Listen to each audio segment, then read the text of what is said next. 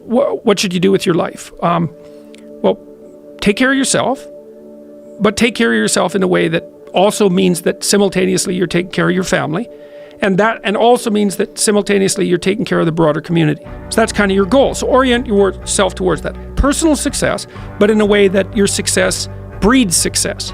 Because if you're going to establish an aim, why not establish like a really good aim? That's a good one. It's good for you. It's good for everyone else. Yes. Okay. That'll give your life some meaning. Now make a plan, generate a vision. That's what the Future Authoring Program helps people with. Develop a vision of what your life could be like if it was worth living, despite all its suffering. It's like, what would you need so that you would be happy to be alive? You'd find your life meaningful, so you don't get all bitter and resentful and cruel and hostile and ideologically addled and like murderous and genocidal. It's like none of that. You think real hard. How would you have to configure your life so that despite its suffering and the malevolence that's part of it, that you would regard it as worthwhile? So that's up to you to develop a vision. Then put a plan into practice. And so when I talk to people about this, most of my audiences are young men. It's probably about 65, 35. More and more women are showing up, but that's about what it is right now. The halls are dead silent. You could hear a pin drop because nobody's said so clearly for like 50 years that almost all the meaning that you will need to get you through the hard times of your life is going to be a consequence of adopting responsibility, not of rights and impulsive action, impulsive freedom. Like, fine, rights, yeah, got it. Freedom, no problem. Even freedom to do impulsive things, fine. But that isn't where you're going to find the meaning that keeps you sustained through the storms of life.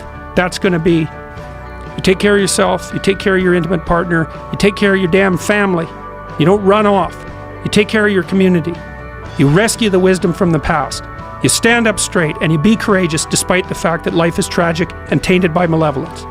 It's like that's ancient wisdom. That's what that is. It's so great. And so like one of the things I tell young men, well, and young women as well, but the young men really need to hear this more, I think, is that you should be a monster. You know, because everyone says, well, you should be harmless, virtuous. You shouldn't do anyone any harm. You should sheath your competitive instinct. You shouldn't try to win. You know, you don't want to be too aggressive. You don't want to be too assertive. You want to take a back seat and all of that. It's like, no. Wrong. You should be a monster. An absolute monster, and then you should learn how to control it. Do you know the expression, it's better to be a warrior in a garden than a gardener in a war? Right, exactly. That's exactly it. Yeah. And that's exactly right. And so when I tell young men that, they think, well, lots of them are competitive. They're low in agreeableness, because that's part of being competitive temperamentally. It's like, is there something wrong with being competitive? There's nothing wrong with it. There's something wrong with cheating. There's something wrong with being a tyrant. There's something wrong with winning unfairly.